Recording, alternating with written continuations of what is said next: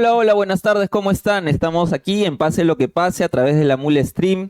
¿Qué tal, Javier? ¿Cómo estás? Buenas tardes, Martín. Lea, ¿Qué un tal, gusto. Lea? ¿Cómo estás? Buenas Bienvenida. tardes, estamos aquí. ¿Dónde estamos? Estamos, bueno, Estamos en estamos Facebook. en Facebook por la caída mundial de YouTube. Hemos tenido muchos problemas con la plataforma, entonces hemos regresado a nuestra plataforma antigua, Javier, Uy, sí. A los orígenes. a los Un orígenes. saludo a toda la Guardia Vieja. Ahí está la fanaticada de Javier, pues, ¿no? Claro. Los Javier Lovers, ¿no? El Canevaro. Todas las señas, por favor, dejen su like. Todas las dejen fans, su comentario. Un saludo a Bueno, todos. pero fuera de bromas, A los Facebook Javier. sigue siendo. A los Javier. Javier. Facebook sigue siendo la plataforma con más usuarios en Perú, ¿no? Sí. Eso es lo que yo digo siempre, pero no me Sigue hacen caso. siendo, ¿no? ¿no? Así que ahí estamos, ahí estamos. Vamos a hablar. No vamos a hablar de la tía Gise. No me he querido dar bola, pero yo voy a dar un comentario Es la, que quedará grabado. es la noticia del día. Pero Es la antes, nueva broadcaster, ¿ah? pero antes yo tengo que hacer un Importante. anuncio para toda la comunidad mulera. A ver, la Universidad Nacional Mayor de San Marcos, a través de su unidad de posgrado de Ciencias Sociales, tiene una oferta especial para ustedes. Obtengan un 20% de descuento en dos diplomados, perdón, que se inician este mes de agosto: Prevención, Gestión y Transformación de Conflictos Sociales. Y el segundo, recomendado para candidatos sobre todo, Parlamento Bicameral y Representación Política. Para inscribirte, escribe al correo, tomo aire, diplomaturaupg.sociales@unmsm.edu.p o envía un mensaje al WhatsApp 904-877-792 y recuerda mencionar el código La Mula en San Marcos. Inscríbete hoy y aprovecha esta oportunidad que ya se termina. No, en septiembre todavía, hasta septiembre Bien. tenemos para matricularnos. Y pásenle la voz a todos sus amigos, amigas que de repente estaban esperándonos en YouTube, que estamos en Facebook. Mándeles el link de Facebook, hagan de repente una historia ahí, mandándonos al Facebook, ¿no? Retornando al Facebook después de bastante tiempo. Pero bueno, hoy día íbamos a tener un invitado que lo habíamos anunciado en las redes, era Mario Vizcarra, el hermano del expresidente Martín Vizcarra, pero pasó algo, sucedió algo de último momento y nos ha ¿No cancelado. conoce el Facebook? Ojalá que En nos TikTok, vea. Ojalá, ellos son tiktokeros, Sí, ¿no? Los son Vizcarras son tiktokeros. Pero precisamente ha tenido la coincidencia de que han presentado un habeas corpus a favor de Vizcarra ante el Poder Judicial para pedir que no comparta celda con reos de alta peligrosidad. Al parecer, esto de encerrar presidentes nos está llevando a bastante debate, ¿no? Porque yo creo que no va a ser el último presidente que va a caer por estos casos. A él el argumento del INPE es que se le ha dado esta prisión preventiva por actos que cometió antes de asumir la presidencia de la República. Pero creo que es por sentido común bastante absurdo, ¿no? Porque el asunto es que al haber sido una alta autoridad, en este caso la más alta autoridad del país, está expuesto, querrámoslo o no, a que los otros presos puedan querer, no sé, hacer un motín y agarrarlo para pedir algo, a que puedan querer agredirlo, X cosas, ¿no? O sea que si a PPK le dan preventiva, ¿lo mandaban a Ancón 2? Ahí Porque está. PPK está acusado por delitos cometidos siendo ministro de Economía y Finanzas. Claro. No creo, Y no, pues, Javier. no, pero- PPK no, es ya otro sé, level. pero- Hay niveles, diría por Kelly eso. Chao, ¿no? Lo que pasa es que como PPK nunca llegó a tener prisión preventiva, no hay el antecedente, porque si no, no hubiesen tenido cómo justificar eso. Así es. O van a decir Claro. que porque eres de gobierno regional te tocan con dos. No, O sea, claro. pues, ¿no? Que, Ser Ah, ministro, de ¿no? ministro para arriba te toca Barbadillo, después para abajo te tocan Ahora, pero No, entonces en Barbadillo estaría lleno de Claro. exministros también. Claro. Pero hay un montón de situaciones en las que se hacen estas separaciones sin mayor lógica, ¿no? Una de ellas es, por ejemplo, también el tema del abogado pagado por el Estado, ¿no? Hay algunos que sí procede el abogado pagado por el Estado porque fue funcionario y si se demuestra que es culpable tiene que devolver el dinero. Y bueno, en el caso de Castillo, por ejemplo, le dijeron, no, amigo, tú págate tu abogado nomás. Sí, la regla es distinta. Claro, o sea, hay esas diferencias, Depende quién seas y con quién te peleaste, te mandan a tal casillero o a tal penal. Pero bueno, o sea, Vizcarra debería estar en Barbadillo, ¿no?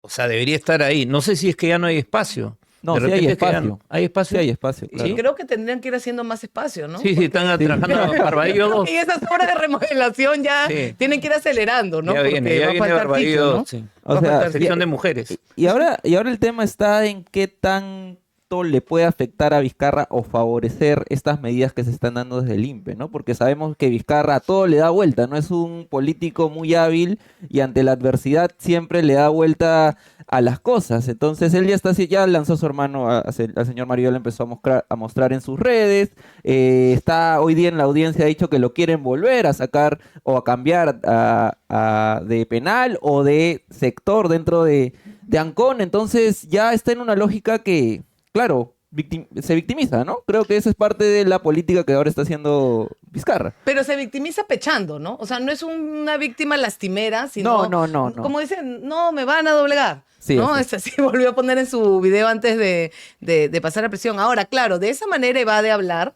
del caso, ¿no? Toda la cantidad de pruebas y del caso bastante sólido respecto del Gore, ¿no? Efectivamente, hay un caso que él tiene siendo presidente y el caso por el que está actualmente detenido es el caso cuando era gobernador regional y de Moquegua, y ahí se habla de que justamente como era gobernador regional y no presidente, sí era mucho más directo el supuesto trato de sobornos por las obras, ¿no? Entonces, según las investigaciones, según lo que ha ido saliendo en medios, es un caso que tiene bastantes elementos probatorios, del cual no habla, ¿no? Más habla de toda esta parte de la persecución o el trato diferenciado que le dan, ¿no? Claro, pero digamos, Vizcarra, como buen político que es, aprovecha todo lo que se le presenta adelante, ¿no? García era igual, digamos, ¿no? Se van a horrorizar mis amigos apristas por lo que acabo de decir. Comparando. Por la Ni siquiera comparación. comparando, he dicho que igual. Igual. ¿no? Pero no vamos a retirar las palabras. Igual, o sea, alguien que aprovecha cualquier ataque y te lo devuelve, ¿no? Esa es una capacidad Claro. que no tienen muchos, ¿ah? Ahora, en tiempos en los que la verdad es que políticos, o sea, personas que hagan política, no hay que muchos, Vizcarra, digamos que en lo comunicacional, la comunicación política y en su performance, es de lo más hábil que hay para justamente salir a flote con las situaciones, darle la vuelta al asunto y poner él el tema del que se habla, ¿no? Y no permitir que le pongan como que la Claro, temática, porque ¿no? lo importante para él es estar siempre en escena. No importa si está preso o no está preso, o está paseando o vendiéndote algo, ¿no? Porque en su TikTok también hace anuncios de todo tipo. O sea, él aprovecha y aparece. Claro. Esa es su virtud, digamos, ¿no? Y no deja de aparecer. Hoy día mismo ha salido en la audiencia bueno, hacer esta denuncia que hasta ahora no tenemos mayor información, pero ha hecho esta denuncia de que lo quieren volver a trasladar dentro del penal o a otro penal que creo que ya sería demasiado exagerado, ¿no? De parte del INPE. Bueno, aunque no hay nada exagerado si es que estás Santibáñez, ¿no? Si es que estás Santibáñez en El Ministerio nuevo de Justicia. elemento que tiene que ver que va a tener que ver en el caso de Vizcarra, ¿no? O sea, da la casualidad que, por supuesto, Dina, sabiéndose totalmente blindada, una vez que ya no tiene investigaciones, ¿qué hace? Trae a Santibáñez, que no contento con ser el poder detrás del poder y tener reuniones con la presidenta todos los días, él quiere estar en primera línea, ¿no? Y ser ministro de Justicia, nada menos, ¿no? Bueno, justamente hay muchas hipótesis sobre por qué Santibáñez está de ministro, ¿no? Ayer Hino Costa nos decía que en realidad era una movida además del primer ministro De Arana Arana. para ponerlo, digamos, a la luz, porque es mejor ponerlo a la luz que estar en los pasillos de Palacio. Esa era una. La otra es que necesita inmunidad también, y Sí. si te queda hasta el final del mandato a tenerla, por lo menos por un tiempo, ¿no? Y la otra es lo que conversábamos también con Martín ayer, ¿no? O sea, este intento o esta insistencia de salirnos del sistema interamericano de derechos humanos.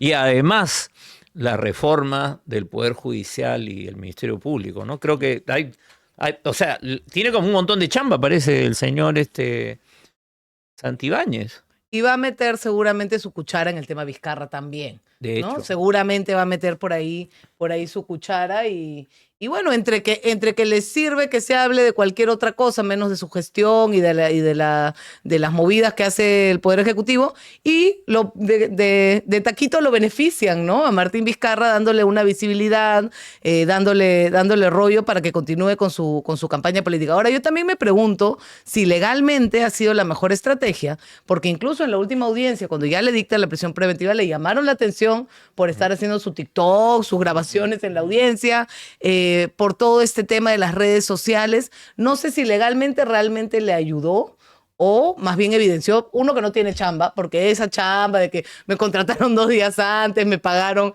el primer sueldo, que se grabó un video vendiendo un terreno y tal, no era muy consistente. Y otro, que también las autoridades dijeron, oye, nos estás faltando el respeto acá en las audiencias y haciendo todo este show, ¿no?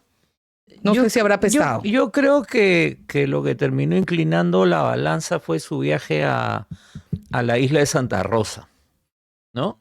Porque hizo un viaje en un avión privado y entonces, claro, dijeron, este se nos puede escapar. O sea, toda esa fantasía que tenían de que se les iba a escapar y que Expreso repetía todos los días, Claro. bueno, de pronto se subió al avión, le pidió permiso a la corte igual, pero se subió al avión y se fue a la frontera. Y ahí, Porque- para cruzar era un toque, digamos, ¿no? Claro, algunos especialistas en derecho decían, arraigo tiene, ¿no? Tiene un hijo menor de edad, tiene también arraigo laboral, recibe un sueldo. Entonces, claro, lo que dice Javier tiene concordancia con lo que podría ser una presunta fuga o una posible fuga de Martín Vizcarra en alguna situación. Y conecta con lo que yo estaba diciendo, porque Claro. ese viaje lo hizo, como dirían los influencers, para tener contenido, ¿no? O sea, para Claro. generar contenido Claro, para se sus le ganó. redes, para su peliculina, para su fandom de las redes sociales. Entonces, creo que no sé qué tanto el no enfocarse seriamente en su caso, en la parte legal, y querer ganarlo por el lado mediático, por el lado Bueno. ganar esa batalla, le haya jugado. Bueno, pero es que él sabe que no va a ganar por el lado legal. Entonces, claro, él juega a esa victimización, ¿no? Claro. Esa es su estrategia. Tratar de alargar un poco a ver si políticamente logra meter congresistas o... Yo lo que le quería preguntar al hermano es quién va a ser el candidato presidencial del partido de Vizcarra donde ya no está Vizcarra. Es que Vizcarra, pues. precisamente, bueno, M. Vizcarra. M. Vizcarra. Claro. Bueno, posible, o sea, mira, hace 2 meses lo entrevisté aquí mismo a Martín Vizcarra y se hablaba todo menos de una posible prisión contra él, porque se hablaba de su intento en la Corte Interamericana para ver si le bajaban la inhabilitación. Él hablaba que sí, que estaba yendo a la Corte, y bueno, yo le puse en el escenario de que no lo van a permitir, que la inhabilitación iba a continuar, y le dije si la estrategia era continuar con la campaña y al final meter a su hermano como candidato, en la que se quedó medio pensando porque parece que esa es, ¿no? Esa es al final la estrategia, o por lo menos hay una intención de hacerlo, ya lo mostró en sus redes, posiblemente. Ahora, que le pueda trasladar los votos o toda la simpatía de repente que tiene Vizcarra en sus seguidores, esto es muy difícil, ¿no, Javier? Sí, no. Pero digamos, estando en prisión, creo que tiene más posibilidades de endosar que estando fuera de prisión. O sea, la prisión en la política peruana siempre te da rédito. Entonces una mala Si no, jugada. pregúntale a Keiko, ¿no? Que Claro. vivió del crédito de su padre durante tantos años. O sea, el hecho de que... O sea, tú construyes un discurso, y volviendo también a los compañeros apristas, ¿no?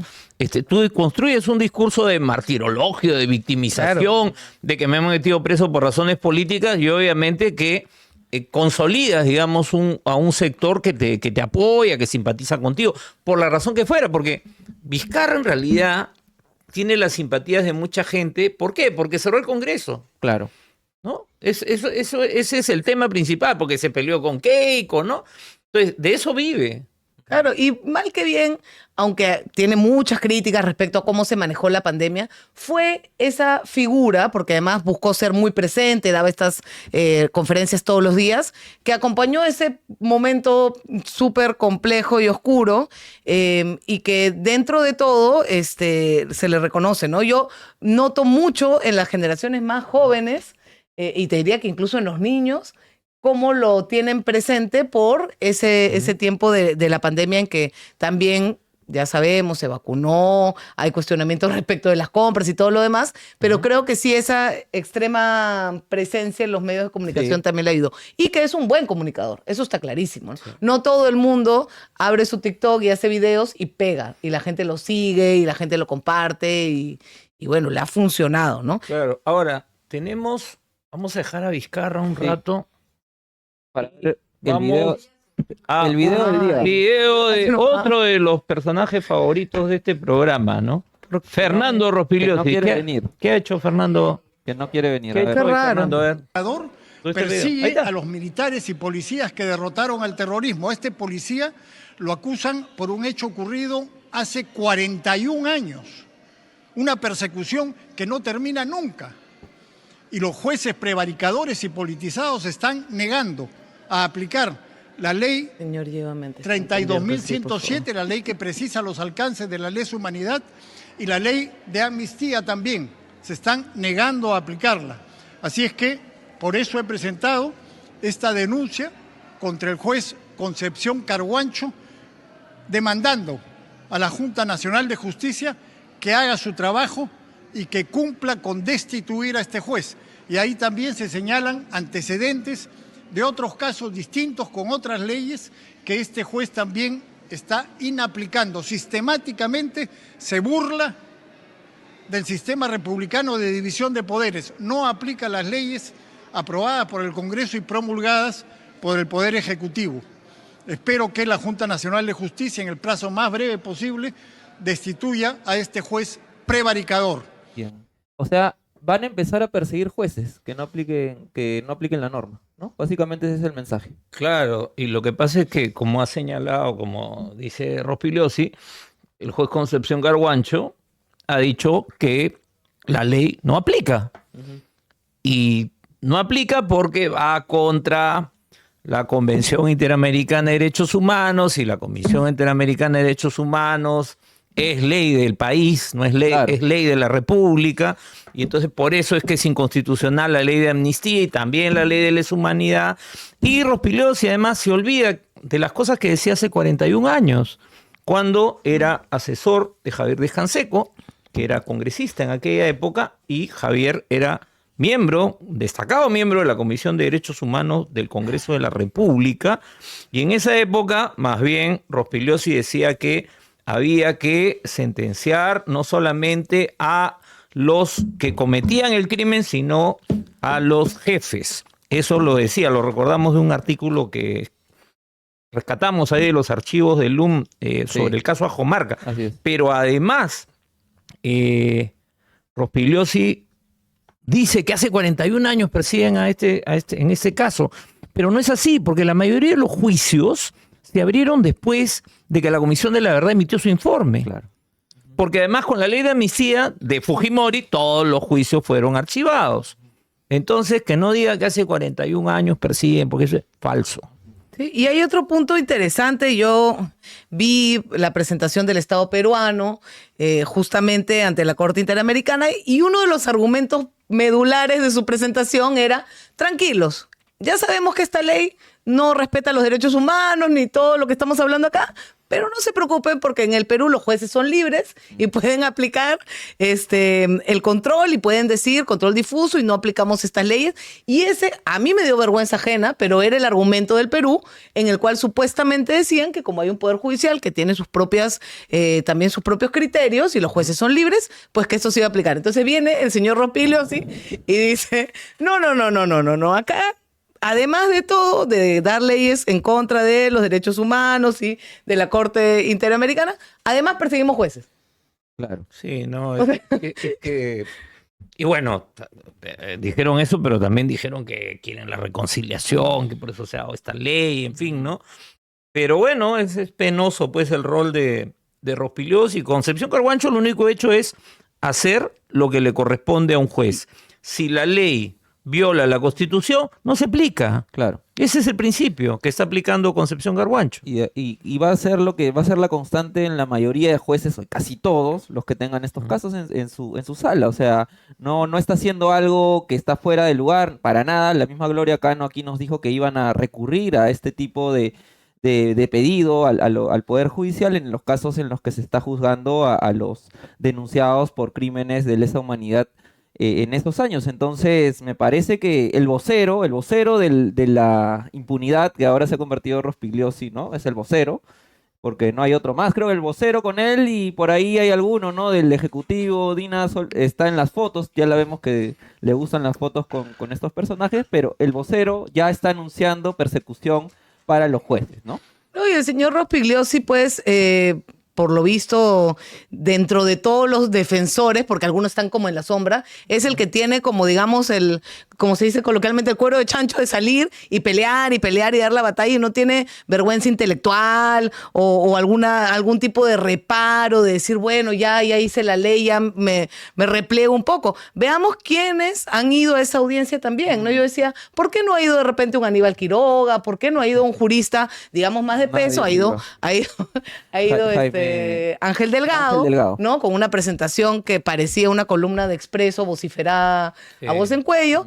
Y entonces uno dice, realmente, qué increíble que una persona como Fernando Rospigliosi, que una persona que tiene una capacidad intelectual, que se conoce, no solamente empuje este tipo de iniciativas, sino que se queme hasta el último de las instancias, peleando por más y más y más en el camino de los antiderechos, ¿no? Y parece que se viene pues también una norma para darle impunidad a los responsables de las masacres de Juliaca, Huamanga, y estamos hablando pues de la señora Boluarte y compañía, ¿no? Que el paso lógico, ¿no? era lo que mencionó cuando le entrevistamos a la doctora Marianela Ledesma, ¿no? Que era simplemente un favor por favor, que en algún momento se iba a dar dentro del Ejecutivo. Ese abrazo con Rivero Lazo también creo que marca esta intención.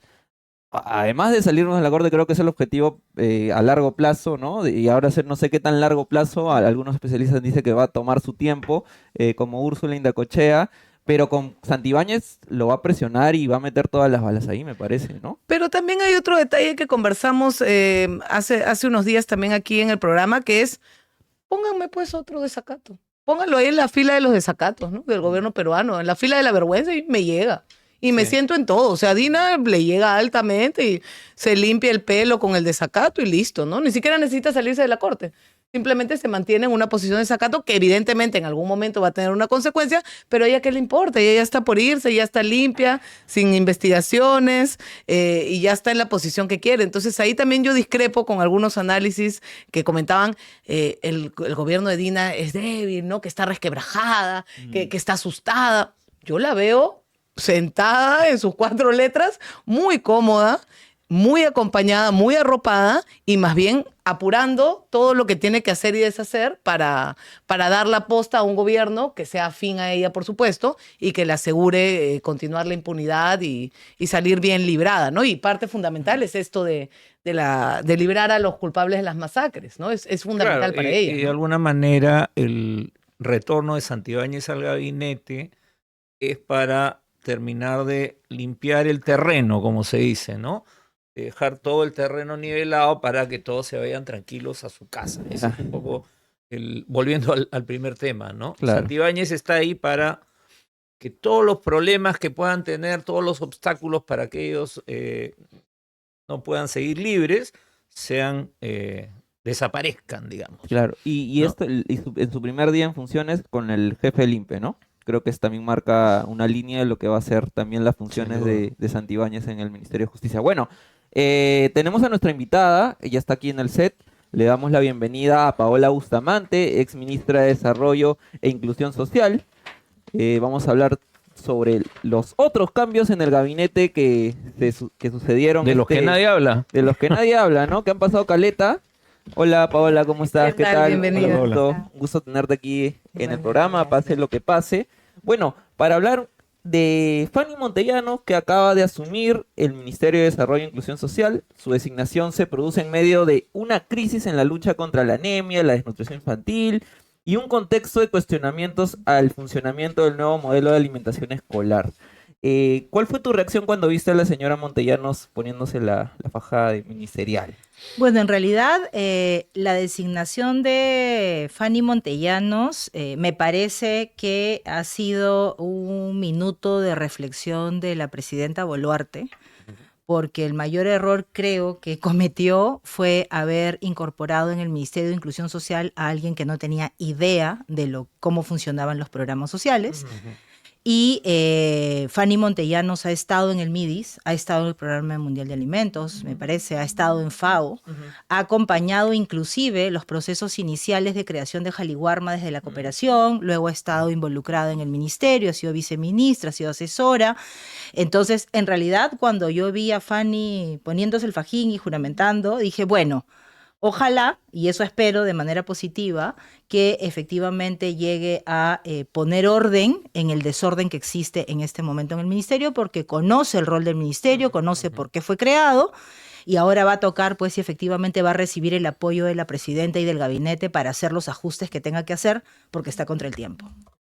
Ahora, han vestido, entre comillas, porque yo ratifico mi posición que cualquier persona que acepte un cargo ministerial de las manos de la señora, de las manos ensangrentadas de la señora Boluarte, no es una persona que me merezca respeto, pero bueno, veámoslo técnicamente, entre comillas, pero han desvestido un santo, y han desvestido a otro, porque en el Ministerio de Mujer, que es de donde estaba cumpliendo el rol la señora Fanny Montellano, han puesto a la señora Ana Peña, que viene de Cultura, de la Biblioteca Nacional, de Indecopi. Entonces, ¿cómo entendemos? Porque si bien es cierto, la postura, digamos, es no a la fusión, pero sí son dos ministerios que atienden poblaciones vulnerables y que tienen un rol bien específico. No es cajón desastre donde pongo a alguien por poner, como había pasado con MIDIS o como a veces pasa con Cultura, y ahora lo hacen en Mujer, donde hay unas problemáticas galopantes del sector y donde hay una embestida contra los derechos de las mujeres, contra la educación sexual, y ponen a una persona no capacitada. ¿Cómo leemos esto? ¿O es que están poniendo dos piezas porque en realidad lo que se viene es la fusión? Bueno, en realidad yo creo que la fusión ya no viene. O sea, en realidad a mí me resultaría muy extraño porque Fanny Montellanos estuvo de viceministra de Políticas con Julio de Martini y ella sale del MIDIS para asumir Mujer. Claro. En Mujer, digamos, ella tenía una posición respecto a la fusión, ha estado tratando de encontrar el camino porque también ha estado mucho tiempo en Mujer, ha trabajado, conoce el sector Mujer, entonces ha estado buscando fortalecer autonomía económica, entre otros temas, prevención de violencia. Y que ahora vaya al MIDIS para promover la fusión, digamos, desde MIDIS, en realidad yo creo que ese es un tema que va a ser muy complejo que pueda manejar porque no podría resistir análisis cualquier propuesta desde esa mirada, digamos, habiendo estado en los dos sectores en un momento, luego en el otro y luego en el otro. Lo otro es que efectivamente a mí sí me llamó la atención la designación de Ana Peña.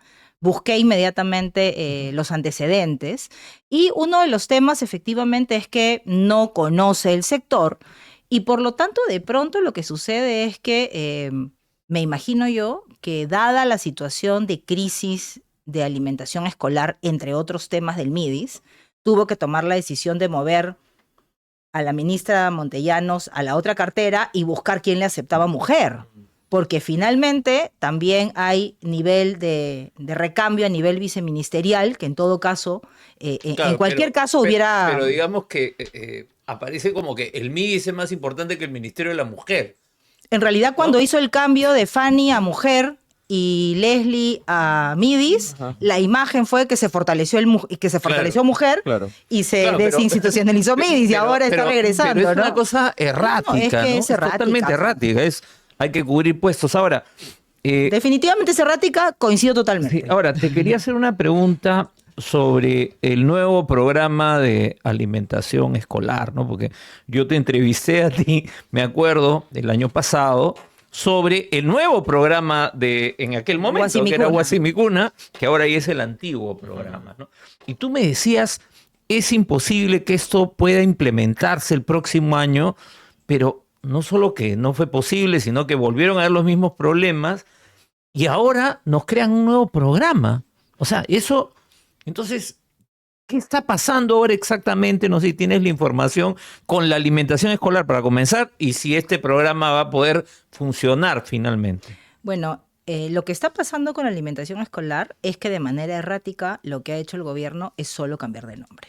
Le ha cambiado de Jaliwarma a Guasimicuna Sí. y pretendió que cambiéndole de Guasimicuna a PAE, Programa de Alimentación Escolar, sin un mayor nombre, porque Sí, ya neutro. siempre se ha llamado Programa de Alimentación Escolar, Sí. no hay, en realidad, cuando uno mira el marco normativo con el que aprueban el programa, no hay ningún indicio de cómo va a funcionar. Lo que dice es que el 6 de septiembre se tiene que aprobar el nuevo modelo o los modelos que efectivamente podamos recién conocer cuáles van a ser las formas de intervención. ¿Qué es lo que el MIDIS estuvo planteando en este tiempo, digamos, en estos últimos 5 meses desde la extensión de Guasimicuna? Es que el modelo iba a ser compras desde los padres de familia para cocinar en las escuelas, Claro. porque el modelo anterior era un desastre, dicho así en palabras de la ex ministra Urteaga, porque no había agua en los colegios, porque no había infraestructura. Bueno, esa situación de infraestructura y agua sigue siendo la misma. La situación de necesidad sigue siendo la misma en las escuelas, más allá de 100 colegios intervenidos. Y en algunos sectores no es que los padres tienen condiciones de infraestructura diferentes que el colegio. Es exactamente No, es más o igual. menos lo Entonces, mismo. yo creo que el reto que va a tener ahora la ministra Montellanos es justo identificar a un equipo que trabajen los modelos. Yo no estoy al tanto de cómo va el avance. Lo que sí me llamó la atención es que en el Decreto Supremo de Creación no se dé más información sobre el programa, solo se crea y se plantea que se va a aprobar el modelo y la forma de trabajar con una resolución ministerial el 6 de septiembre, en 20 días después de la publicación. Y creo que a lo que va a tener que apuntar el programa a priori es a tener modelos similares a los que ya existían y de pronto crear este modelo nuevo de que los padres reciban una subvención, que con ese dinero compren los productos y preparen en la escuela. Ahora, ¿cuál es el costo de entregar a cada colegio? Yo creo que hay un tema que sí quisiera poner sobre la mesa. Los padres de familia, desde la creación de Jaliwarma, y estamos hablando del año 2012 y su implementación en el 2013, ¿sí? Se implementó bajo el modelo de cogestión. Siempre se trabajó con los padres de familia. Después de todos los episodios que todos conocemos, donde los productos perecibles llegaban en mal estado o los batidos venían en mal estado y se tuvo que cambiar a productos no perecibles, los padres de familia colaboraban en las escuelas más rurales para ponerse de acuerdo para cocinar, para que cada uno traiga de su chacra sus lechugas, sus tomates, sus limones, comían sus ensaladas. Cosa que siempre ha pasado, Cosa que ¿no es siempre cierto? ha pasado y ha sido absolutamente natural. Lo que a mí me preocupa ahora es ese mensaje de que si el papá va a poner, 1, el Estado se lo va a dar, y 2, para cocinar le van a pagar a un cocinero. Entonces, toda esta lógica de trabajo conjunto, colaborativo, de cogestión, siento que con los mensajes que se han dado van a dar 3 pasos atrás, porque si se ha dado el mensaje de que se va a pagar por ello. ¿Cuánto, nuevamente, por eso rezo el tema presupuestal, está destinado de acuerdo al decreto supremo que se aprobó del PAE? No se va a irrogar más gasto al Estado, con lo cual, con lo que tienen, que ya era insuficiente porque tenían deficiencias de supervisión, realmente me queda la gran interrogante de cómo es que se va a avanzar con el PAE. Ahora, Paula, ¿cuál es el problema de estos programas de alimentación? Porque vemos que hacen aguas por todo lado, ¿no? Desde Jaliwarma, y por eso yo pensaba que inicialmente Dina Boluarte no es que va a poner a alguien aleatorio o aleatoria en el MIDIS, ¿no? Porque le importa mucho qué es lo que ha pasado con Jaliwarma y cuál ha sido el verdadero fondo presuntamente de corrupción. Al señor Hinojosa lo ha escondido, el señor de Martini también se fue del gabinete. Entonces, ¿cuál es el fondo de todos estos programas? Jaliwarma está en el foco por el tema de corrupción, pero ¿es corrupción? ¿Es ineficiencia? ¿Cuál es la verdad de este caso? A ver, el programa de alimentación escolar en el mundo, no solamente en el Perú, requiere un esfuerzo colectivo, ¿sí? Colectivo del Estado, del sector privado, de los padres de familia y del sector educación. ¿Por qué? Porque lo primero es tener claro que los programas de alimentación escolar buscan llegar a complemento alimenticio para que los niños atiendan mejor en la clase.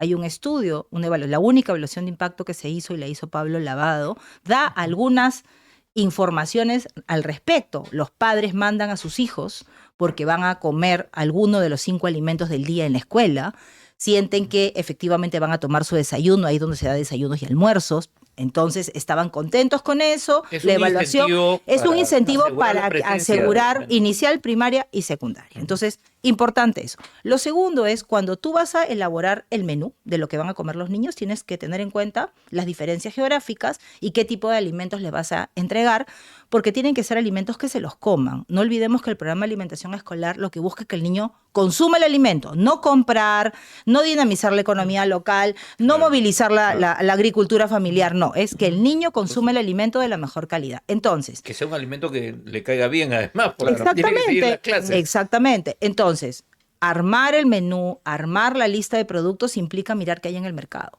Entonces, lo que hay en el mercado tiene que ser de calidad. ¿Quién mira que sea de calidad? Digesa, Sanipes y Senasa, para todo lo que es, digamos, producto animal. Entonces, si no funciona las entidades que dan calidad, como el INACAL, que también mira las certificadoras, si no funcionan, lo que tenemos en el mercado es productos de mala calidad. Si eso es lo que compra el programa de alimentación escolar por toneladas, entonces los riesgos se acrecientan. Si el Ministerio de Educación, y ese es un tema que sí es bien importante mencionar, el Ministerio de Educación tiene que comprarse la importancia de tener un programa de alimentación escolar, porque si el director de la escuela, si los docentes, si los padres de familia no actúan propositivamente y colaborativamente en que los niños consuman en el aula el alimento, tampoco funciona. Ahora, Entonces, pero a veces los docentes dicen, además de toda la chamba que tengo que hacer y ahora con la cantidad de horas y de documentos que tienen que llenar, porque cada vez se ha complejizado más la carga de los docentes del lado administrativo, te dicen, encima tengo que hacerme cargo de esto. Ahí hay un problema. Definitivamente, y por eso creo que es importante que se siente el Ministerio de Inclusión Social con el Ministerio de Educación para mirar cómo se trabaja el tema. Mira, cuando se creó Jaliwarma, hubo un trabajo muy, muy cercano entre el Ministerio de Inclusión Social y el Ministerio de Educación. El ministro de Educación en su momento, Jaime Saavedra, estaba absolutamente comprometido de incorporar las normas del inicio del año escolar con todo lo que implicaba alimentación escolar. En el mundo, los programas de alimentación escolar pertenecen al Ministerio de Educación y no a otro sector. Entonces tiene que estar evidentemente apoyado. Ahora, dice, Javier menciona a los maestros y yo pienso en las madres de familia, porque cuando decimos los padres de familia, está clarísimo que las mujeres, acá estaba buscando el dato específico, dedican 20% más de tiempo a las labores de cuidado, que incluyen, por supuesto, la lonchera, la alimentación. Entonces, cuando hablamos de la colaboración de los padres de familia, necesariamente va a ser más de las madres de familia. Entonces, no sería más bien avanzar hacia un sistema en el cual recaiga menos sobre las espaldas de las personas que ya están precarizadas, como pueden ser en este caso los maestros y las familias, y más que el Estado se haga cargo de esta cadena en mayor proporción y, por supuesto, con esta parte colaborativa comunal, digamos, de la comunidad. Y lo otro que me pregunto es, en la parte de la responsabilidad, si son los padres los que van a, de alguna manera, comprar los alimentos o hacer llegar los alimentos, si hay algún problema con esos productos, ¿en quién recae esa responsabilidad de que llegue un producto que no es adecuado? Uno, con relación a lo primero, efectivamente, no hay forma de negarlo, la carga va a llegar principalmente a las mamás. Sí. Hay zonas donde llega papá, mamá, están los papás mal involucrados, pero en promedio son más las mamás, ¿de acuerdo? ¿A qué apunta el nuevo modelo que planteó el MIDIS? Es que efectivamente se pague a una persona para que haga el trabajo de cocina, ¿sí? Ahí yo sí creo que hay una apuesta del Estado para eso, no sé cómo se va a implementar, pero no creo que sea posible masificarlo, ¿sí? No creo. Pero en todo caso, ahí hay un... Pero podría decirse en determinadas zonas... Eso es lo que plantearon. El MIDIS planteó eso, en determinadas zonas. ¿Cuáles son las zonas? No lo sé, ¿sí? Pero sí creo que es importante tener en cuenta que no solamente es pensar en alguien que vaya a la cocina, sino es qué tipo de mercado tienes para poder comprar los productos no perecibles de calidad y variados, ¿sí? La selva es lo más complejo. Claro. Y luego, con relación a quién es el responsable, siempre es el programa. O sea, no puede ser que porque el cocinero cocina, porque contratan a una persona que cocina y porque los padres de familia compran, el programa no es responsable. El programa tiene que ser responsable de garantizar que los mercados en donde compren, pero claro, el programa coordinado con agricultura, porque el rol del programa no es garantizar que los productos del campo estén en buen estado. Eso será agricultura. Si es compra de productos no perecibles, serán Digesa, Inacal, Sanipes. O sea, y ahí se involucra el Ministerio de Salud también. Salud, produce, educación, agricultura. No es solo Midis. Y ahí estamos bien complicados, porque si algo no hay, es justamente trabajo entre los sectores, ¿no? Trabajo articulado, y estamos viendo que incluso en el mismo gabinete como que cambian fichas más por ver cómo llenan algunos espacios que pensar en, tengo un equipo en el cual cada uno es especializado y que trabajan en coordinación. Y vivienda, para el tema de agua, o sea, sí, pero además, requieres... Paola, tú hablabas del ministro de Educación y mencionabas a Jaime Saber y yo decía, Y ahora bueno, decimos, esto fue hace 100 años, pero Morgan, digamos, claro, tenemos un ministro de Educación que su trabajo ha sido ser escudero de la presidenta, entonces no está muy preocupado ni siquiera por la educación, ya no digo por el programa, pero ese es un problema también gravísimo. Nuevamente, yo creo que cuando uno plantea los retos de un programa de alimentación escolar, ¿sí? ¿Y dónde están los puntos de corrupción? Los puntos de corrupción no solo están en quien gestiona el programa, en este caso el nuevo programa, el equipo. Los puntos de corrupción es si encontramos un producto que tiene registro sanitario y el producto no está apto para consumo humano, no es responsabilidad del programa de alimentación escolar, es responsabilidad de quien autorizó, y quien autorizó es o Digesa, o Sanipes, o la certificadora que certificó Inacal, que se coludió con la empresa que presentó el producto. Entonces, es un tema que va más allá de solamente mirar el programa de alimentación. Entonces, ¿qué es lo que se necesita? Un sistema integral que comprometa a todos los actores. Ahora, es curioso porque creo que ya han pasado tantos capítulos en la miniserie Perú que las personas se olvidan que la señora Boluarte viene de haber sido ministra del Midis. Entonces, uno creería que debería ser un tema que ella o maneja, o por lo menos le importa, o debería entender la complejidad y la interrelación que tiene este tema con otros. Más bien lo que tenemos es lo que decía Martín, que uno de los denunciados de este caso es su cercano... Vocero. Bueno, todavía sigue siendo su vocero, creo. Su vocero que no habla. Que no habla. Que ya no habla. Gana el sueldo de vocero, pero ya no habla. El primer ministro también se tuvo que ir por el Claro. Por ese tema. Claro. Entonces, lamentablemente es un tema que en lugar de ser un tema trabajado técnicamente, interseccional, es un tema en el que pareciera que lo que están tratando es pasar la página de ese escándalo que alcanza hasta la presidenta para tratar de poner un nuevo programa que se llame distinto y que parezca que funciona más o menos. Esta vez creo que ya no va a funcionar el pareja que funciona, por dos razones. La primera, porque hay un decreto no de cambio de nombre, sino de extinción de Huasimicuna. Eso quiere decir que en diciembre ya no queda nada del programa que está funcionando hoy. Y a partir de pronto, cuando salga la resolución ministerial que diga que ya comienza el programa, esperemos que sea a fines de este mes o principios de septiembre, la responsabilidad va a ser totalmente del nuevo programa de implementar todo a nivel nacional. Y a mí me parece que ese es el reto más grande, porque es comenzar de cero. O sea, es en vez de plantear una reorganización, una remirada, porque eso se había planteado cuando cuando estaba Julio de Martini, planteó una remirada, una reorganización. No, ahora más bien declararon la extinción. Cuando el único programa que se ha extinguido en el Perú es el PRONA. Y a mí me ha tocado extinguirlo. Exactamente. Tengo clarísimo lo que significa extinguir una entidad pública. Esto no tiene, o sea, el Decreto Supremo de Creación dice, créense una comisión de transferencia para bienes, para acervo y para pasivos. Quiere decir que el nuevo programa va a cargar con todos los pasivos de lo que está dejando Jaliguarbo y Huasimicuna. Y crear nuevo y traer nuevo personal. He visto convocatorias al programa porque quienes están en Huasimicuna, como se extingue, al parecer ya no van a seguir, entonces van a contratar nuevo personal. No es un tema menor y me parece que recién, y por eso digo, deben haber tomado conciencia de lo que viene para haber regresado ahora la ex viceministra de Políticas como ministra de Inclusión Social para ver cómo arregla esta situación, porque en realidad es muy grave porque no va a poder disfrazarlo. Si no se tienen proveedores para enero, en marzo no hay alimentación y escolar. no se puede Ya no la suspender, puede- justo eso iba a decir, no puede haber bache, ¿no? O sea, tiene que No puede. llegar el primer día de clases y tiene Y que tiene que estar haber. la alimentación para los niños y niñas, ¿no? Entonces, claro, por eso decía, una cosa es que le cambien el nombre, ya, muy bien, eso sigue, corre. Pero en este momento ya no, salvo que modifiquen la extinción y ya no es extinción y luego hacen ya más bien una fusión por absorción, etcétera, pero sí es delicado el tema. Y ahora, ¿por qué se extingue este tipo de proyecto, Paola? Porque inicialmente, cuando salió toda la carga mediática y el tema de Jaliwarma, decían, ya, Guasimicuna, y nos olvidamos de Jaliwarma, y era como, le cambias de nombre y igual no cambias nada.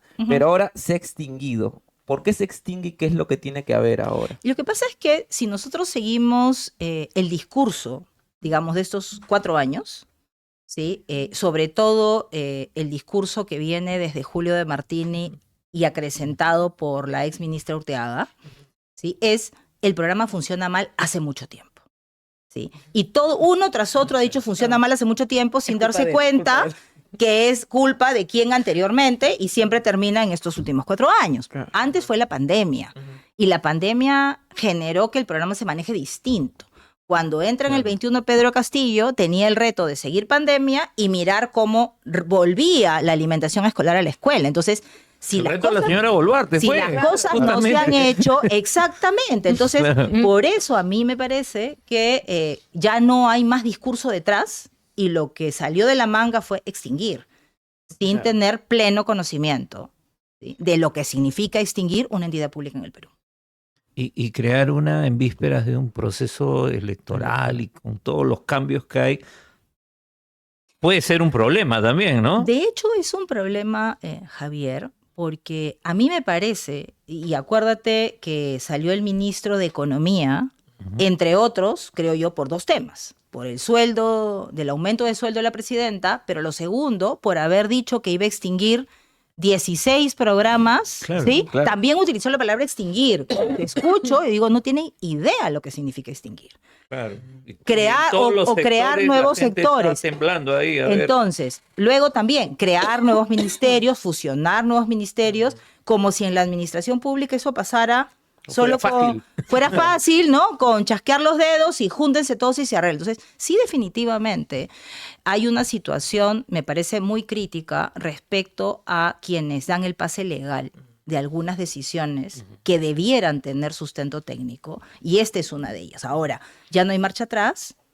La ministra Montellanos tiene la tarea, la enorme tarea, no solamente de sacar el PAE adelante, sino también hay un programa que se creó en el discurso de la presidenta, que es el programa de alimentación y bienestar comunitario, algo más o menos así, que tiene que ver con comedores, ollas, vasos de leche, ¿no? Hay otros programas que también se han creado, el de orfandad, por ejemplo, en el Ministerio de la Mujer, que también se lanzaron en el discurso, que todavía no tiene contenido. Entonces, creo que ahorita el reto va a ser para quienes se hayan sentado en las sillas de los ministerios, pues sacar adelante aquello que se comprometió la presidenta en su último discurso. Ahora, lo más probable es que la alimentación escolar tiene que salir de todas maneras y los otros veremos. Ahora, quiero volver al tema de tú descartabas ya, y quizás por plazos también sería difícil imaginar que se dé, tú descartabas definitivamente que se avance en este intento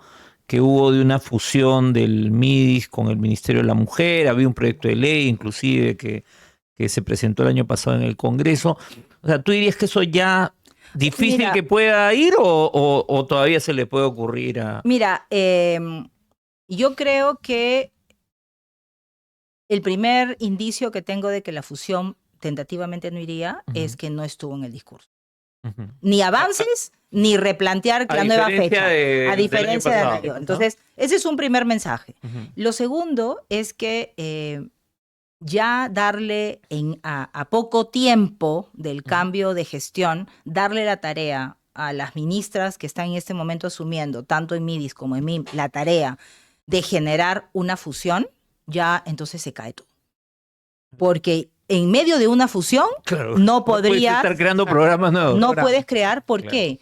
Porque la extinción de un programa no es fácil. Tú te quedas sin proveedores porque cierras contratos y tienes que gerenciar y generar confianza en nuevos proveedores para que vayan contigo, postulen y ganen y tengas cómo entregar productos. Y Entonces, ya sabemos que el Estado peruano no es como el jefe o el contratante más atractivo, lamentablemente. No Hay es unos menos- plazos de pago, hay toda una tramitología de por medio para ser proveedor del Estado y demás, ¿no? mira, en el año 2013 se inició Jaliwarma y para las elecciones del 2016 hubo todo un problema, ¿sí?, con los proveedores porque pensaban que el próximo gobierno iba a cancelar el programa de alimentación como algunos otros programas sociales.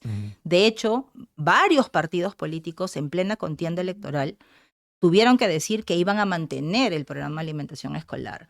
Porque en este contexto, evidentemente las empresas piensan si se meten a apostar por un nuevo modelo, con la inversión que eso significa.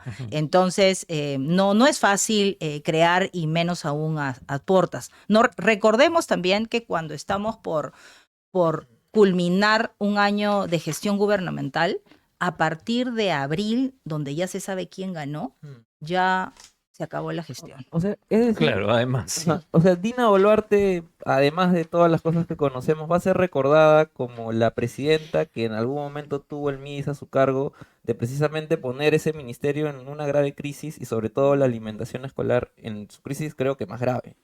Yo creo que una de las cosas que a mí me marca como mensaje es que no creo que haya otra oportunidad, y ojalá me equivoque, en el Perú, donde una vicepresidenta haya tenido el liderazgo de un ministerio como inclusión social tan importante y realmente no haya sido un ministerio líder dentro del gabinete para el cierre de brechas, para mover y hacer que se mueva agua, energía, para cerrar todo lo que es acceso a servicios, que es el rol líder del ministerio. El ministerio no fue creado para gerenciar programas sociales, fue creado para la inclusión social a través de las políticas que implican liderar dentro del gabinete, que es súper complejo entre pares, pero que se requiere un liderazgo para decir, mira, ministro de Vivienda, necesito agua en esta zona para que despeguen, porque el tema de la anemia, por el tema de la desnutrición, o entra aquí en educación, porque maneja todo el mapa del Perú, dónde está la exclusión. Entonces, creo que para mí ese es el mayor dolor Se perdió la gran de tener la oportunidad. oportunidad de que una vicepresidenta mujer haya liderado el MIDIS por más de un año y no haya liderado la política social como esperamos, y siendo presidenta no haya puesto a quienes podían liderar la política social y solamente se han concentrado en gestionar programas. Bueno, pero eso es terrible por ese lado, pero además también llama la atención porque los programas sociales, va más allá del ministerio, pero los programas sociales siempre han sido vistos por los presidentes como un tema relevante, así sea porque pensaban que había una clientela electoral detrás, ¿no? Pero los programas que tienes contacto con la población son considerados por los políticos importantes. O sea, los políticos dicen, esto es importante porque esto es mi contacto con la gente, pero acá es como que no me importa, un poco como todo lo que vemos diariamente en el Congreso también, ¿no? No me importa lo que piense la gente, no me importa si los chicos comen bien, mal o peor, no importa. Esa es un poco la forma de política ahora. Lo que pasa es que creo que uno de los problemas que tenemos es que quienes han llegado a gobernar no ha habido en realidad 2 o 3 temas a priorizar. Si uno mira, casi siempre, los gobiernos previos han planteado 2 o 3 cosas. No es posible que como gobierno haga 50. El Estado camina, pero te planteas o infraestructura, o inclusión social, o comercio exterior, tratados de libre comercio. O sea, hemos visto en diferentes gobiernos, nos gusten o no nos gusten, objetivos claros de qué van a dejar como legado. La pregunta es, siguiendo, Martín, tu reflexión, ¿cuál es el legado que se planteó dejar el gobierno de Dina Boluarte, ¿sí? ¿Y qué cosa está dejando? Porque en realidad no vemos, si no se ha priorizado la política social, vemos que en el tema de seguridad ha cambiado N veces de nombre las estrategias de seguridad, tenía su plan DINA, su plan Boluarte, que solo quedó en el rótulo. Y creo que uno de los temas críticos, y por eso hacía mención al discurso, es que no nos podemos acostumbrar a quedarnos aplaudiendo los reflectores de la etiqueta de lo que ofrece el político. ¿Sí? Ofreció el programa X, ofreció el plan Boluarte, ofreció N cosas. Y los ministros, muchos de ellos han ido detrás ofreciendo. ¿Qué ha habido detrás después de ese título, de ese rótulo?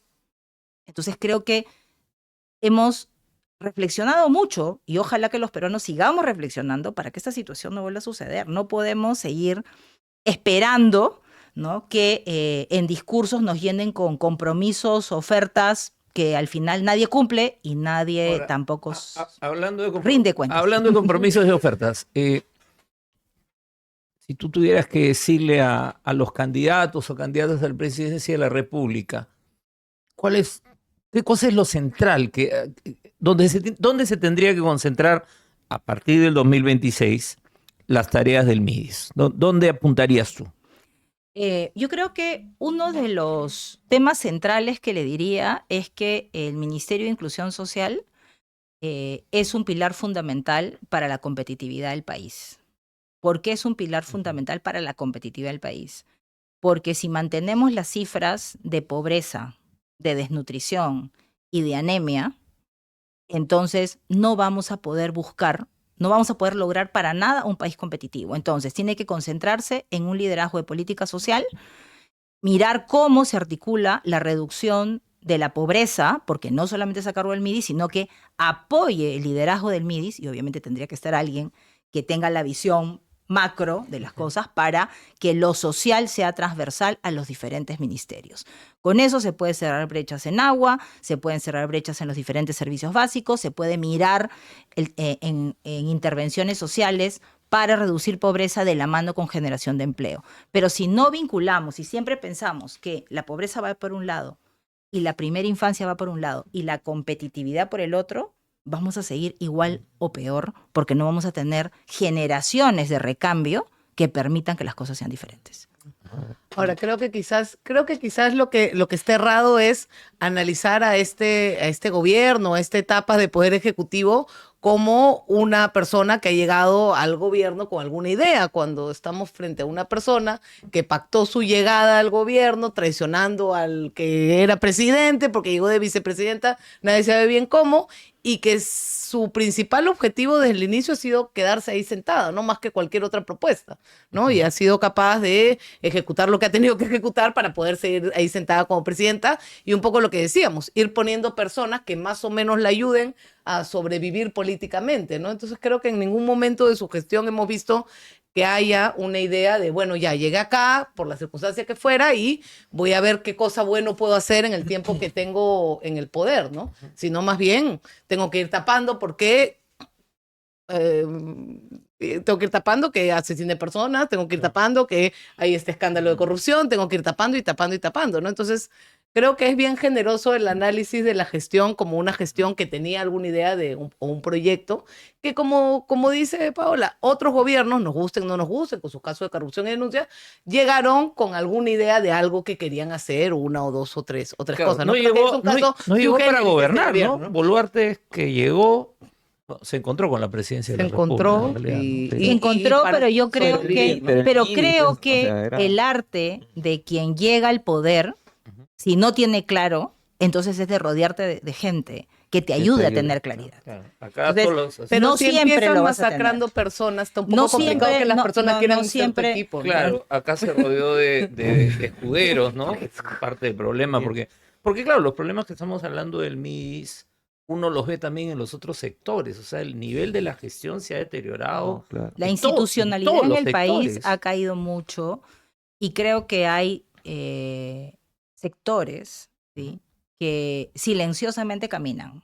Sí, ¿Sí? sí. Yo sí, a mí me parece que hay sectores que silenciosamente caminan. Creo, por ejemplo, y lo reconozco un tiempo esta parte, es el manejo que está teniendo el ministro de Energía y Minas con la decisión de todo lo que está pasando alrededor del Reinfo. No sé cómo, pero logró el apoyo para sacar a 50.000 registros del registro del Reinfo mismo. Y eso no es sencillo, no ha sido una decisión fácil y me sigo preguntando cómo lo logró, pero creo, por ejemplo, que esa fue una decisión acertada. Creo que hay otros sectores que poco a poco, en silencio, que no lo sabemos o que lo sabemos y no se publicita mucho, que están haciendo cosas, pero hay otros que efectivamente borran con la mano izquierda o la mano derecha lo que están haciendo los Pero demás, son, ¿no? son islas, ¿no? En medio del desastre, ¿no? Son islas, sí, definitivamente Salud, son por ejemplo, es islas. un sector que Sí, no, ese es un desastre. da miedo lo que está pasando. Definitivamente el tema de salud es crítico, el tema del el incremento del embarazo adolescente, el que no hayan medicamentos, ¿no? El tema de los medicamentos no es un tema que hablemos todo el tiempo, pero es gravísimo que no se tengan los medicamentos comprados, que los pacientes con cáncer, no, entre otros, no es solamente con cáncer, no Cáncer, tengan VIH, la ¿no? posibilidad de ser tratados porque no hay medicamentos. Se ha partido desde el Ministerio de Salud, ha habido un quiebre con el MIDIS y ahora a nivel local, Salud tiene sus comités, MIDIS tiene sus comités, cuando antes se trabajaba de manera articulada, entonces... sí, Y pues, otra hay un debacle tema es de salud, ¿no? El cambio constante de presidencia ejecutiva de salud, que es tan fundamental Sí, para claro. atender y que va cambiando y que no hay una gestión que pueda sostener las mejoras que necesita y el crecimiento que necesita la salud pública desde salud y bueno, desde el MINSA también, ¿no? Lamentablemente esos sectores que no caminan o que son los más notoriamente defectuosos son los que tienen que ver con la vida cotidiana y con la vida cotidiana de las poblaciones más vulnerables, ¿no? Que se Y que- atienden en la salud exactamente. pública, que se alimentan en los programas de alimentación y que Y no que son todo atendidos, eso ¿no? forma parte del segundo eje fundamental del plan de competitividad: educación, salud y primera infancia. Sin estas tres columnas no hay competitividad en ningún país. Claro, porque se nos habla mucho de la inversión, Que el país del competitivo, crecimiento, de que Ocde, estamos ocde. Rumbo conectados al al ocde. mundo, el puerto de Chancay, no sé cuántas maravillas más, pero claro, tú ves la situación de la gente y la situación de la gente en muchos sectores es muy difícil. Además del tema de seguridad, que no lo hemos mencionado, pero que es otro tema que también, donde ha hecho agua ese gobierno por todas partes. y que también está afectando lamentablemente a las poblaciones más vulnerables. Vemos que al interior del país y aquí, en los cordones, digamos, fuera de Lima, los emprendedores, barberías, peluquerías, bodegas, los señores que venden en la esquina del emoliente, son extorsionados. Ellos están apostando como emprendedores o microempresarios para salir adelante y no los están dejando salir. ¿Por qué? Por la inseguridad. Entonces, también eso abona y no es algo que esté muy lejano de nosotros. Ahora, Paula, ya para ir cerrando, vemos el Ministerio de Salud, César Vázquez, de terror. Vemos el Ministerio de Educación, Morgan, de terror. Ahora, ¿le tienes fe a Fanny Montellanos para su gestión en el MIDIS o ya no se puede hacer nada? No, Y yo- al menos en este gobierno, ¿no? No pongo mi ficha, dice, tampoco. No, Soy yo agnóstica. sí confío, he trabajado con Fanny, sé que conoce del tema, ¿sí? Entonces confío en que en el momento que la presidenta le haya dicho que vaya al MIDIS, que haya tenido cierto nivel de negociación, como corresponde hacerlo cuando uno asume un cargo de ese nivel, ¿no? Yo creo que corresponde decirle al presidente o presidenta: acepto en la medida que me acompañes en ABCD, ¿no? Entonces, uno, creo que el conocimiento lo tiene y la habilidad, espero, para rodearse, convocar y que le acepten, armar equipo para armar el programa, y ojalá el apoyo de la presidenta y de los ministros, porque sin el apoyo de los sectores como salud, educación, agricultura, produce y vivienda, no va a poder salir adelante el programa de alimentación escolar en el plazo que se necesita, porque para el otro año ya no tenemos ningún otro programa. Bien.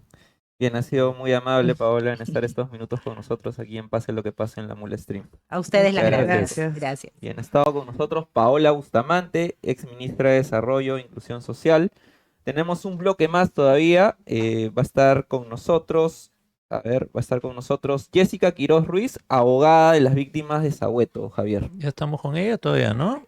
En un momento más vamos a estar con ya. ella. En unos Se va a minutos más. conectar. Bueno, Yo me quedo intrigada A ver, de cómo será la gestión de Ana Peña en el Ministerio de la Mujer. A ver si tiene voz la nueva ministra de la Mujer, ¿no? Sí. Porque desde el Congreso hay embestida tras embestida contra los derechos de las mujeres y el Ministerio de la Mujer mudo, en 4 idiomas mudo, ¿no? Ojalá que esta ministra, a pesar de la reticencia que ya mencioné sobre quienes asumen los ministerios en este gobierno, ojalá que tenga voz y y ejerza la rectoría del Ministerio de Mujer en temas de derechos fundamentales, ¿no? Ahora, Ojalá. pero el hecho de que sea una ministra que no ha trabajado en el sector ya dice mucho de por dónde puede ir la cosa, ¿no? Y es un sector cada vez más débil, ¿no? Sí. Es Claro. ese sector quizás más débil del Poder Ejecutivo en ese momento, ¿no? Sí. Mientras Bueno. las cifras de embarazos adolescentes, de feminicidios siguen subiendo, el sector se sigue achicando, ¿no? Bueno, Mujer y Midis, ¿no? Creo que son justamente. Claro, pero Sí. mujeres Mujer. es chiquito además. Claro. ¿No? Es muy pequeño.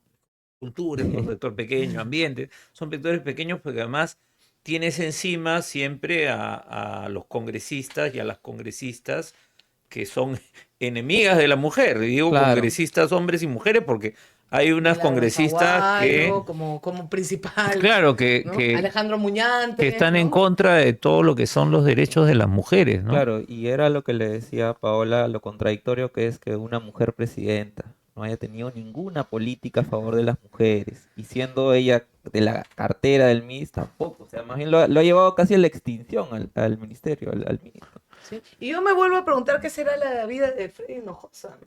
Porque hasta donde hemos sabido no se le ha El vo- cortado el contrato, ¿no? El O sea, vocero él se sigue quedó cobrando, mudo, claro. pero sigue cobrando. Es un Es el vocero que mejor no vocero. habla, claro. Es, La mejor chamba del mundo. Ah, Soy vocero, pero nunca hablo, pero cobro. sí, Claro. Está mejor que ser parlamentario andino, creo. ¿Ah? Voy a postular para ser sí, vocera muda. Vocera muda de... No, pero cuando estás en el Parlamento andino, como ya te decía antes de empezar, tienes un viaje a Bogotá. Ya. Una vez al mes me parece que se van a Bogotá a hacer sus sesiones de 2, 3 días, Maravilloso, con lo lindo apruebas que es 3 o Bogotá. 4 mociones y ya está.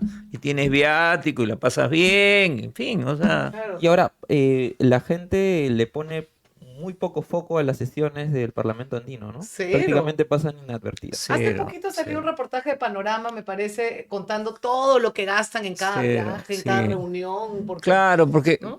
porque claro, es un parlamento además que lo que pueda decidir es totalmente declarativo, ¿no? Claro. No es como el Parlamento Europeo, no. Pues, entonces, si fuera como el Parlamento Europeo ya sería Claro. otra cosa, pero acá no, acá... Tenemos el valor milenario de la quinoa, ¿no? para la región. Y Sí. tenemos pues destacados parlamentarios andinos que nunca los escuchamos hablar de su tarea, ¿no? El señor Pacheco... Gustavo Pacheco, Gustavo claro. Pacheco, ¿no? Era El señor parlamentario, ¿no? Galarreta. El señor Galarreta. Galarreta es Qué parlamentario buena andino. Parlamentario andino. Es ahora. Sí, parlamentario y asesor también de la bancada. No la Además. vimos, ¿eh? No la vimos, chicos. Sí. Esa era la oportunidad de Ese emprendedurismo. es una beca Una maravillosa. beca. Y 5 años, ¿no? 5 años, claro. 5 años. Y ahora, Y ahora perdón, vamos a volver a elegir en Y- la En esta próxima elección. de Sí. nuevo se vota ¿Y por crees, parlamento. Javier, que perderá más relevancia ahora con el Senado y todo lo que se viene con la reforma y todo? O sea, no puede perder relevancia porque no tiene relevancia. O sea, no, o pero sea, en el acta, de claro, las o sea, 20 páginas. claro, del ya no- Senado, a ni lo van marcar. negativo. en las ya. columnas, Ni lo van a marcar. si la gente no marcaba antes, Claro. pues no sabía que era ahora peor Porque todavía. ahora porque van a estar más preocupados por la Cámara de Tienes que Diputados, marcar- por senadores, ¿no? O sea, Tienes ya que van a marcar tener- primero para presidente, después para Senado por todo el país. por todo, sí, Después senador por región. por región. Es el tercero. Después viene Cámara de Cámara de Diputados, Diputados. donde hay 2 votos preferenciales Sí. siempre. 4, 5. El sexto es Es el el Parlamento parlamentario andino. Ya no llega. La ya. gente Claro, no va a ya. marcar Claro, lo va a dejar en ¿no? blanco. El ¿no? presidente Mesa te va a decir, oye, apúrate, ¿qué haces ahí? Claro, o sea, Claro, o sea, va a ganar el voto blanco. El voto y el blanco, segundo sí, ya es seguro, el que con sale. 90%. Ganará el que jale, el partido que más jale, ¿no? Entrarán los Claro. partidos que más votos tendrán. Que ahora se Los va a que partir- tengan voto, como se dice así, corrido, ¿no? El que va y marca Bueno. marca de largo. 6 veces por todo. más tiradera de plata, ¿no? El presupuesto nacional. Ahora, pero volviendo a lo que hemos hablado con Paola, ¿no? O sea, es una tragedia lo que ha pasado con el programa de alimentación escolar. Y es un programa multisectorial, como se dice. O sea, Sí. O sea, acá hay como 6 ministerios involucrados. Entonces, francamente, esperemos que se diseñe un mejor programa y que no se les cargue la chamba ni a las mamás ni a los profesores y que se organice mejor esto. Pero Bien. para eso tienen que meter más plata. Bien, ahora sí está con nosotros Jessica Quiroz Ruiz, abogada de las víctimas de Sahueto.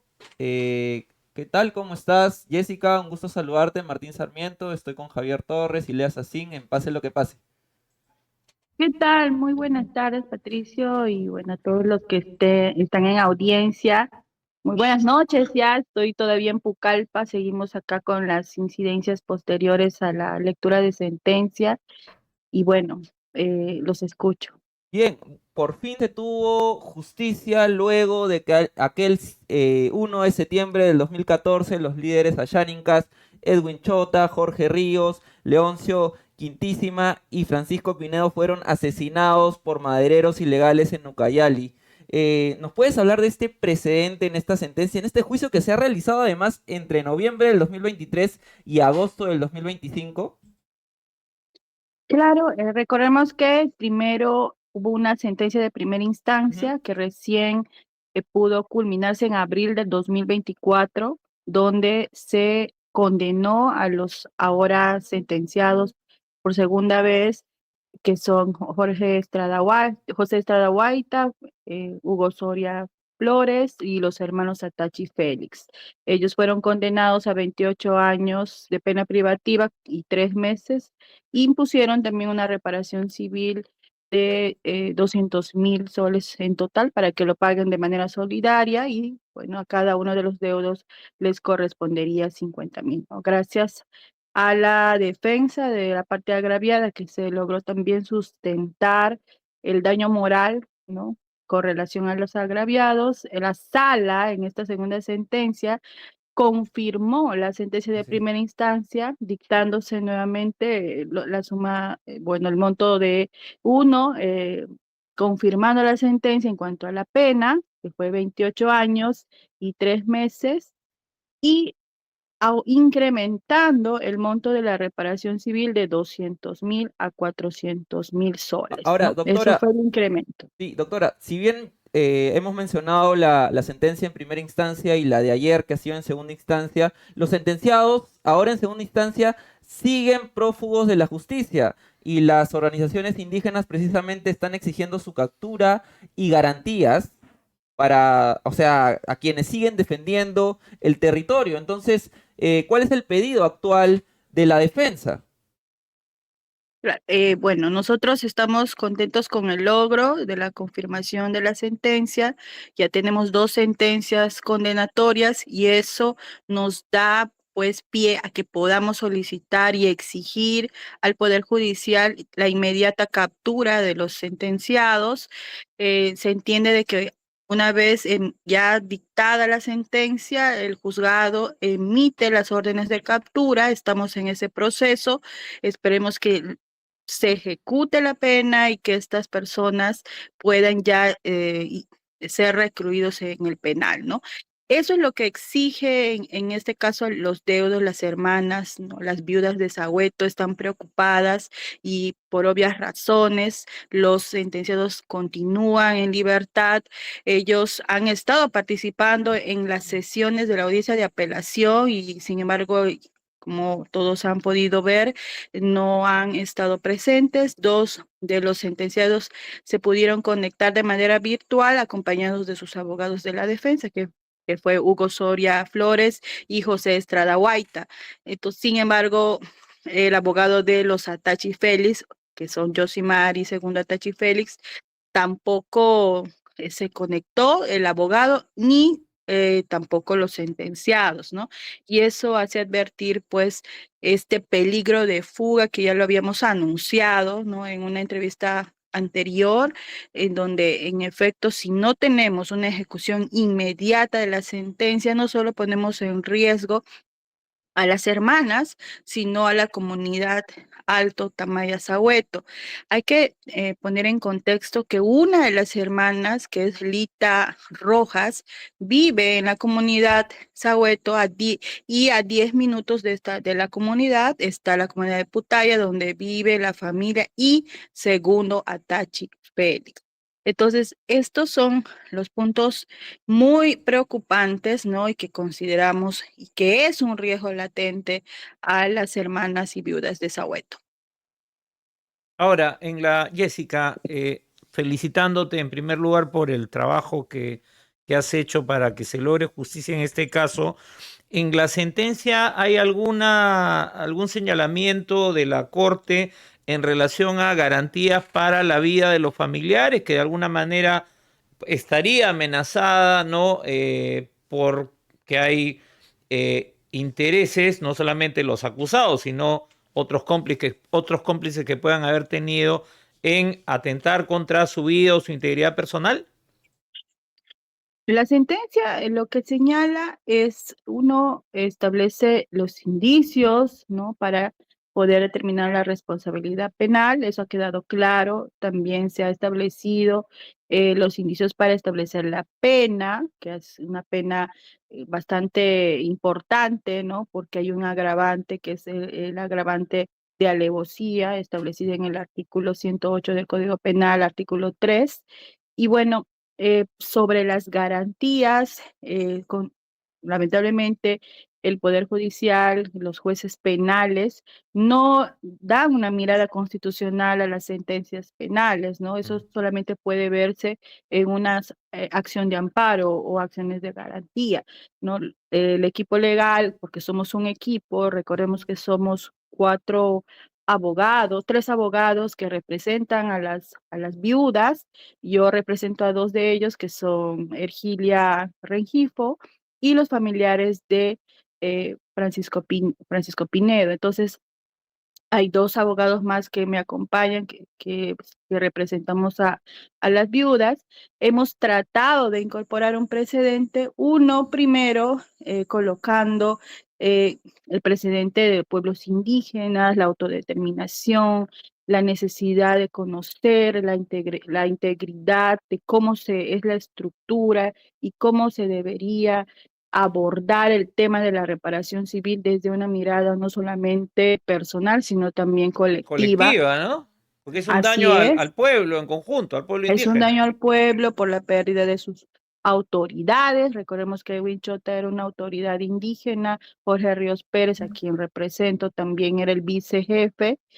Francisco Pinedo y Leoncio Quintisima eran moradores del pueblo de la comunidad Alto Tamaya-Sahueto, ¿no? Y entonces ahí es importante lo que nosotros sustentamos, ¿no? El tema también de incorporar otros mecanismos técnicos relacionados al incremento de la reparación civil, y entendamos que para nosotros fue un poco difícil porque habiendo pasado tantos años, más de 10 años en este proceso, en esta lucha de las hermanas, los medios de prueba para sustentar la reparación civil eran un poco escasos. El equipo recién se ha sumado en la segunda instancia, pero gracias al trabajo estratégico que se hizo, se pudo sustentar el monto de la reparación civil bajo el contexto de daño moral, ¿no? Porque el daño moral es un daño que no se puede determinar con sumas ni con medidas, sino netamente ataca o vulnera los sentimientos, ¿no? En este caso, vulnera también a las familias, a la pérdida total de repente de este apego que existía entre cada una de las viudas, sus familiares y las autoridades y líderes asesinados. Entonces, la sentencia no señala ninguna medida para garantizar la protección de las viudas, ¿no? Ahora, ¿cuál es la situación en la zona? Sabemos que este es un caso en el que específicamente ellos denunciaban, estos líderes denunciaban la tala ilegal en la zona ya casi de frontera con Brasil, por eso se teme que tal vez los culpables hayan fugado a Brasil. A raíz de la visibilidad del caso, de todo el trabajo que ustedes han hecho para que el caso sea conocido y para obtener justicia, ¿ha habido trabajo en la zona? ¿Tienen ustedes evidencia de que el Estado esté interviniendo para atacar la problemática de fondo, que es el tema de la tala ilegal? Bueno, a raíz de la muerte de Edwin Chota, el 2015 se creó un equipo de la PCM y otros ministerios más para la implementación del Plan Sahueto. En este Plan Sahueto incluía mejoras de infraestructura en la comunidad, implementación, por ejemplo, de postas médicas para atender la salud, tema de educación y varios pedidos de la comunidad para poder continuar gestionando y teniendo un crecimiento en cuanto a sus planes de vida, ¿no? A la fecha que nosotros tomamos el caso, que fue el 2024, el equipo legal hizo la incidencia para que nuevamente se pudiera actualizar el Plan Sahueto. Este Plan Sahueto se encuentra en la PCM. Hemos tratado también y propuesto de que este plan no solamente sea un documento disperso, sino que pueda ser protocolizado y reconocido mediante ¿Y una se ha resolución de la avanzado, PCM. Jessica, en la ejecución de esa propuesta que pase de ser un plan o que lo conversábamos justo en este programa, una propuesta a que se ejecuten acciones en favor de la comunidad? ¿Se ha logrado, se ha avanzado? Bueno, nosotros creemos que en su momento se hizo algunas acciones, ¿no? Que hoy por hoy han quedado un poco invisibilizadas uno, porque el Estado no ha sido permanente en esta acción de protección y por otro lado mencionar de que el Plan Sahueto no ha sido implementado en su totalidad, no hay una implementación de parte del Estado y tampoco una atención el año pasado. Las hermanas tuvieron una reunión con la presidenta Dina Boluarte, donde también nuevamente se tocó todas los pedidos y demandas que estaban incluidos en el Plan Sahueto. Sin embargo, la presidenta ofreció, por ejemplo, poder otorgarles la pensión, ¿no? La pensión 65 para algunas hermanas que ya tienen la edad propuesta, el, el, el programa Juntos, que también nos reunimos con el ministerio, con el MIDIS, ¿no? Para poder ver en qué momento pudieran ellos acceder a esto. Nos reunimos con el Ministerio de Vivienda para también establecer estrategias para que ellas puedan tener sus viviendas y en ninguno de los ministerios tuvimos respuesta. Vivienda incluso nos dio un informe indicado que las hermanas no tenían o o sea, no cumplían los requisitos para que ellos accedan al techo propio o al techo rural, ¿no? Por la condición incierta de que, en efecto, siendo un problema de un asesinato a sus esposos, ellos tuvieron que salir de su comunidad a vivir en Pucallpa. Están ahora lejos de su comunidad, no tienen la misma vida plena que llevaban antes y por eso no estaban dentro de este programa de techo rural, porque su ubicación es en Pucallpa. Entonces, todas esas situaciones pasan las viudas y en efecto la sentencia no lo contempla porque solamente hablamos de pena y reparación civil, una reparación civil que va a costar también implementar acciones para su ejecución. El equipo legal va a va a poner pues la misma ímpetu que hemos estado trabajando hasta ahora, tratando de lograr eh, visibilizar el caso también, como lo hemos hecho hasta ahora, y lo mismo vamos a hacer para la ejecución de la sentencia, ¿no? Eso lamentablemente es lo que sucede, no solamente en el caso de las hermanas, ¿no? Porque la sentencia del caso Sahueto es la primera sentencia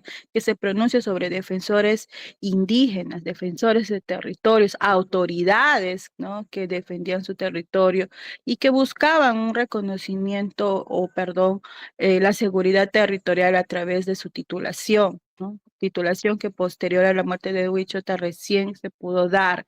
¿no? Hay 35 líderes asesinados, que todavía procesos que ni siquiera llegan al control de acusación, y este es un precedente para que otros colegiados, otros juzgados también lo tomen en cuenta, ¿no? Bien. Hay perdón, hay un puntito que me gustaría precisar, Dale. importante, que en la sentencia, en la página 98, podemos ver que el colegiado reconoce la condición de líderes a las comunidades, cosa que en la primera sentencia de primera instancia no lo recogió, ¿no? En este caso sí lo hizo, y lo hizo de una manera muy técnica, pero ya es un avance para el reconocimiento de los defensores indígenas de territorio. Bien, Jessica, ha sido muy amable por este enlace con nosotros. Sabemos que es un día después de una sentencia histórica para Sahueto. Y bueno, te agradezco nuevamente. Muchas gracias y felicitaciones.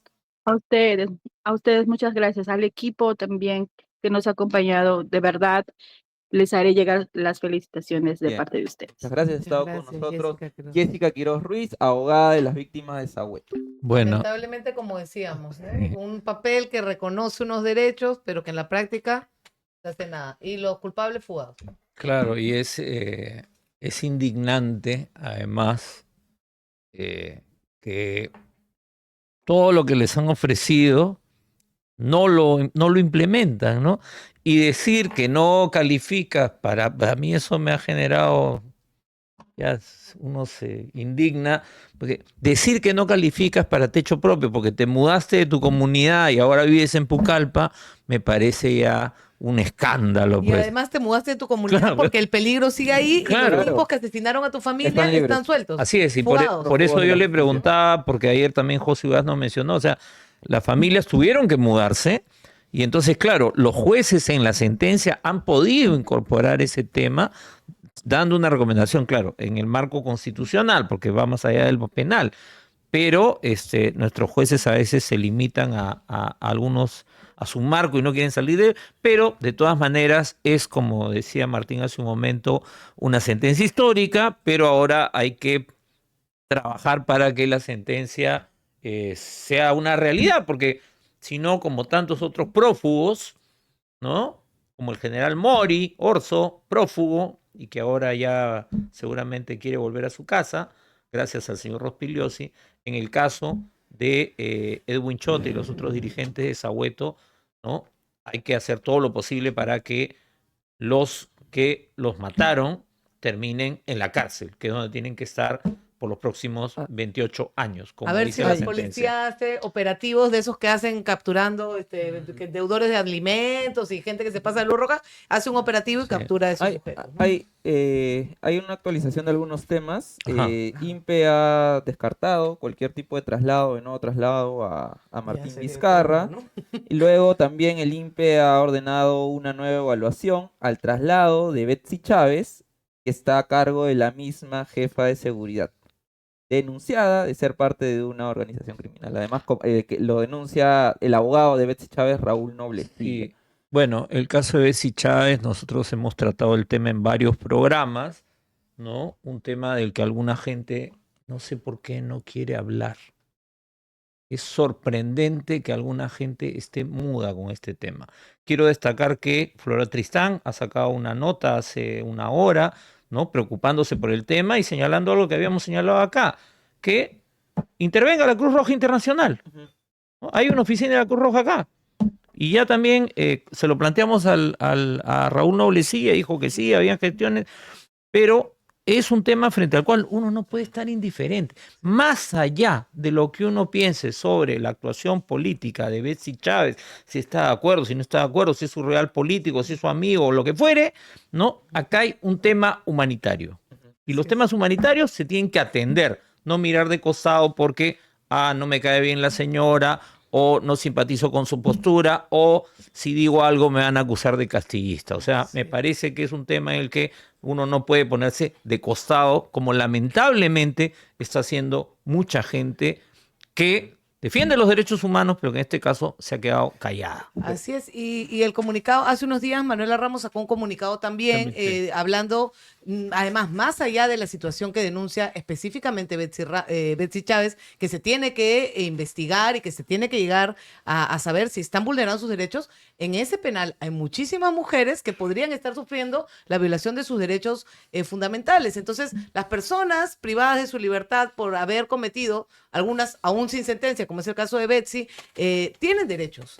Y Claro. son, deben ser Hasta tratadas los con sentenciados dignidad. tienen derecho. Sí. Claro, y más específicamente, tienen que ser tratados con dignidad, ¿no? Y entiendo que además la postura es ante una persona que denuncia una vulneración, pedir que se investigue, que se indague, que se constate que está bien, porque es una persona en situación vulnerable, que está privada de su libertad y que por tanto su denuncia debería ser atendida. Y como dice Javier, la voz por los derechos humanos se levanta por los derechos humanos de todas las personas. Sé que ya no está de moda, que ahora dicen, no, derechos humanos para esto, para aquello. Ajá. Los derechos humanos son para todos y punto. Sí, Y bueno, así y es. la Defensoría del Pueblo, por supuesto, no existe, ¿no? No. Gritos, No existe ya. No voy a hablar de los congresistas, pero hubieron 20 congresistas que sí se pronunciaron Sí, para que se Luque, tome, para que se tome en cuenta. Que nos dijo que ha visitado a Betsy Chávez Pero- y Guillermo Bermejo. me Sí. parece Guillermo también Bermejo la hace vez. 50 minutos ha señalado que acaba de salir de visitar a Betsy Chávez, ¿no? Sí. Y un poco nos comenta, o sea, comenta en su Twitter que ha hecho ver el peligro que corre la vida de Betsy Chávez. Muy bien. Claro, y Bien. bueno, es otro caso de una alta autoridad que está en un centro Bueno, penitenciario. pero Lea quería hablar de algo que ocurrió hoy día en la mañana y le ¿Qué vamos, pasó? le Mis- vamos, mis 3 le- minutos. le Mana. vamos a dar No, 2 minutos y me parece medio. interesante. A ver. No es tan farandulero el tema, ¿no? Gisela Valcárcel. ¿Qué ha pasó en tenido- América Ha hoy día? tenido ahí un impasse con América Televisión por su programa, porque ella quería anunciar. Pero lo que me parece que va a dar para conversar, de repente ya mañana lo conversan, es que el meollo del asunto es que Gisela está lanzando un streaming. Y no es un streaming, como tú dirías, de espectáculo, de farándula. Es un streaming donde están periodistas de investigación. Y es el tiempo Ajá. electoral. Entonces yo entendería que la ceñito está entrando como broadcaster al Ah. mundo del periodismo de investigación, político. Seguro que con su toque más ligero. ¿Quiénes pero van a entrando. estar, Lea? ¿Quiénes van a Está estar? Mauricio Aguirre, ex director de El Cuarto Cuarto Poder, Poder. periodista de larga trayectoria. Está José Miguel Hidalgo, reportero de larga trayectoria, de Panorama, de Cuarto Poder también. Y eso sí, una influencer que no, Macla, creo que ¿Macla es una llamada? influencer. No, no Macla de Uque, otra Macla. Y una chica más que sí reconozco que no la conozco, son 4 conductores.